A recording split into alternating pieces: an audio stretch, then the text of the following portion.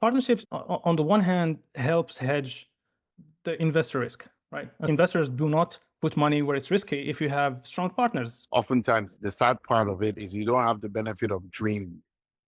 Why should certain food items take 5 hours to cook, right? When some bacteria can perhaps do that job in 20 minutes and still keep the food safe.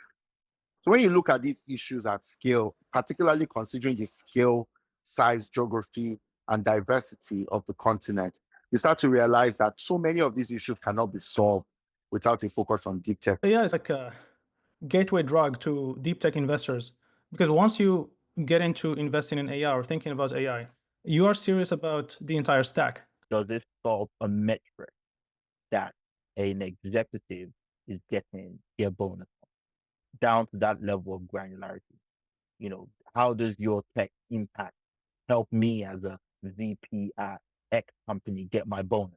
The most important thing, actually, ironically, is the character of the founder and the amount of love they have for their customer.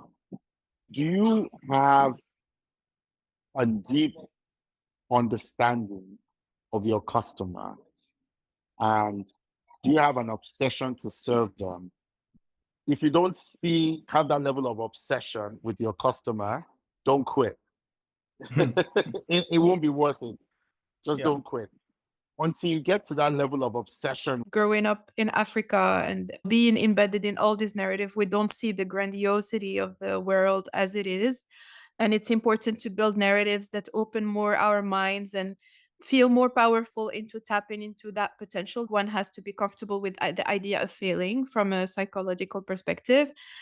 Most times we cover for that lack of knowledge by talking about capital, as though capital can solve any problem. I always tell people money is useless if it's not solving any problem. You can do things that scale by thinking of yourself as just like a byproduct of the environment as opposed to the owner of the problem.